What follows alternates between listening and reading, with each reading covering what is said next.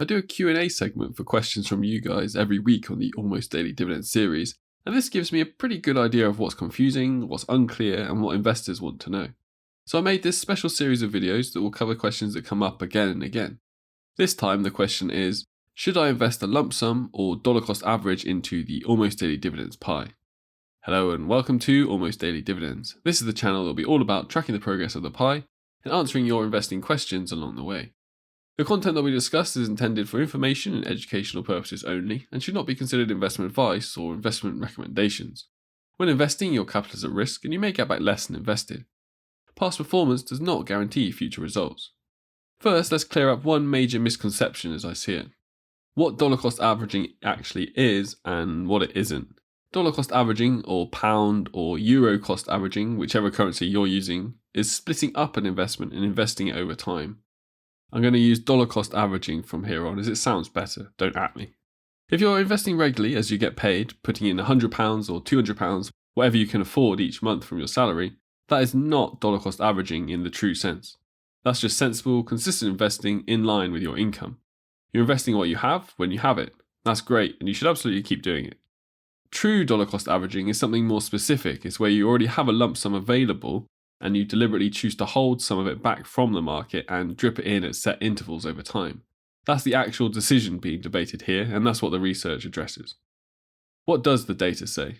There's a well-known Vanguard study from 2012 that looked at this exact question across decades of market history in the US, UK, and Australia.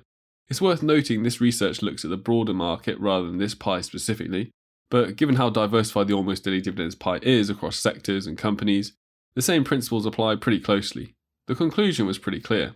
Lump sum investing outperformed dollar cost averaging approximately 2/3 of the time. When the DCA period was extended from 12 months to 36 months, lump sum outperformed close to 90% of the time. The reason is fairly straightforward. Markets tend to go up over the long run, so the earlier you get your money in, the more it can compound. Every month you're holding cash on the sidelines waiting to drip it in is a month that cash isn't working for you. The case for dollar cost averaging. That said, I don't want to completely dismiss dollar cost averaging because there are genuine reasons why people choose it, and they're not irrational. The truth is that putting a large sum of money into the market and then watching it drop, even temporarily, is psychologically very hard. Studies show that many investors who commit to lump sum investing later panic during market volatility and might sell at inopportune times. And if dollar cost averaging is what keeps you invested and stops you making an emotional decision at the wrong moment, then the modest reduction in expected returns might actually be worth it for you personally. My own view is that lump sum is the stronger approach financially, and the data backs that up. But I also understand that seeing your entire sum move up and down in the short term is uncomfortable, especially for newer investors. Only you know your own psychology well enough to judge that though. What does this mean specifically for this pie? For the Almost Daily Dividends pie, there's one additional thing worth factoring in, and that's the income side of things. The pie pays dividends almost every single day. That means every day your money is in the market is generating income. Every day you're sitting on the sidelines with cash waiting to drip it in is a day you're not earning dividends. With a growth portfolio, that might feel less significant, but with an income portfolio, the opportunity cost of waiting is very real and very tangible. What about regular monthly investing? If you're just investing consistently from your salary each month, keep doing exactly that. You're not dollar cost averaging in the traditional sense, you're just building your portfolio steadily over time, which is exactly what this pie is designed for, really. The self-balancing through deposits takes care of the rest.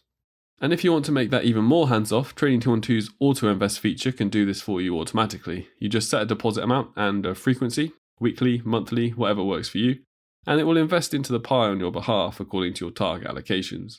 So once it's set up, you don't even need to think about it. It just runs in the background and keeps your portfolio growing consistently.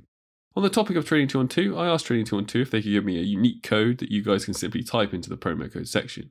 When investing, your capital is at risk. Sponsored code, terms apply. So if you've opened a new account recently or planning to open an account soon, then here it is, DivExP or DIVEXP, short for the dividend experiment. You have 10 days from opening your account to type this in and receive free fractional shares worth up to £100. I also get something as this is my custom code, so this helps you support the channel too. What if the market feels particularly high right now? This is something a lot of people wrestle with. You've got a lump sum ready to go, but the market looks expensive and you're nervous about buying at the top. It's a completely understandable feeling, but it's worth being honest about what you're actually trying to do there. You're trying to time the market. And as we covered in a previous episode in this FAQ series, that's a really difficult game to win. Nobody reliably knows when the market's at its peak, and nobody reliably knows when it's going to pull back.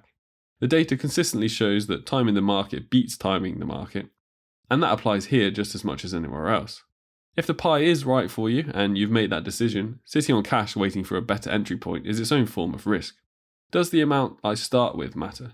A little bit, yes, practically speaking. For your first investment into the pie, I'd recommend starting with at least £400. The reason for that isn't arbitrary. With 50 holdings, if your initial investment is too small, the allocation per stock becomes so tiny that dividend payments can round down to zero, meaning you'd miss out on income entirely from some holdings. Starting at £400 avoids that problem and makes sure every slice is working for you from day one. After that first deposit, the minimum for each top-up is £50, and that works out to roughly £1 per stock, which is the minimum order size on Trading 212. So as long as you're hitting that £50 threshold on each subsequent deposit, you're fine. And if you're using AutoInvest to make regular contributions, it'll handle all of that automatically. Conclusion. So to summarise, true dollar cost averaging means deliberately holding a lump sum back from the market to invest in stages. The data, including in Vanguard's research, favours lump sum investing most of the time, though that research covers the broader market than this pie specifically. The diversified nature of the pie means that the logic still holds though. But there are real psychological reasons why some people prefer dollar cost averaging, and that's a valid personal choice. For this pie specifically, getting your money in sooner means your dividend clock starts sooner too. And if you're just investing regularly from your income each month, that's not really dollar cost averaging, that's just good investing. Hey, thanks for watching this recent episode in the Almost Daily Dividends tracking series all the way through. Just a couple of things before you go. First is, as this is a freshly set up channel, if you want to stay up to date with the new episodes, the best thing to do is to subscribe and turn on the notifications. If you're a pie copier and want to get all the details of when I make changes to the pie and the reasons for the changes, then the best place to do that is sign up to the mailing list. I'll also give you a PDF guide to my 10 dividend investing commandments, or the rules that I use to help choose dividend paying companies to buy. Finally, if you want to find out more details about the pie, then check out the links in the description for more info. See you in the next one.